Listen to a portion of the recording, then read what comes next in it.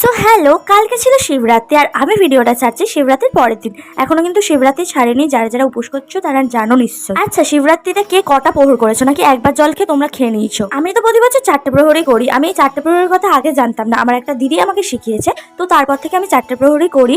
এবারেও 4টে প্রহরই করেছিলাম। তো শুরুতে তো কি শাড়ি পরবো কি পরবো সেটা আমার কোনো ডিসাইড করা ছিল না, কিচ্ছু ছিল না। ভেবেছিলাম একটা এমনি নর্মাল ড্রেস পরে ঠাকুরকে পুজো দিতে চলে যাব।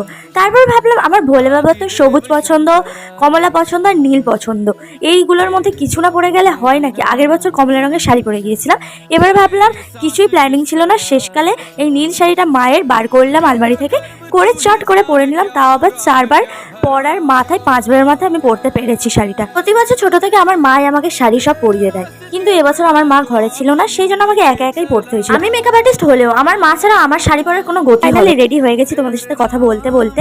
এবার তোমরা বলো আমাকে কিরকম লাগছে। আমি একদম মেকআপ করিনি, অনেকে দেখছি শিবরাত্রি যাচ্ছে নাকি কি করতে যাচ্ছে ভগবান জানে, কারি কারি মেকআপ ঠুসে যাচ্ছে। এটা আমার বলা উচিত না, তাদের ভালো লেগেছে, শিবের কাছে যাচ্ছে সুন্দরভাবে তো সাজবেই। আমার এনার্জি হয়নি সত্যি কথা বলতে, নাহলে আমি আগের বছর সেজেই গিয়েছিলাম। তো যাই হোক, রেডি হওয়ার আগে তো আমি প্রথম প্রহরটা আমি আমার বাড়িতেই জল ঢেলে নিয়েছিলাম। তারপর আমার বাড়ির কাছে একটা মন্দির আছে, সেখানে আমি জল ঢালতে গিয়েছিলাম। এবারে আমার জল ঢালার পার্টনার ছিল আমার বৌদি, আর আমাদের তো দ্বিতীয় প্রহর লাইন দিতে দিতেই চলে এসছে, আর কি বলবো।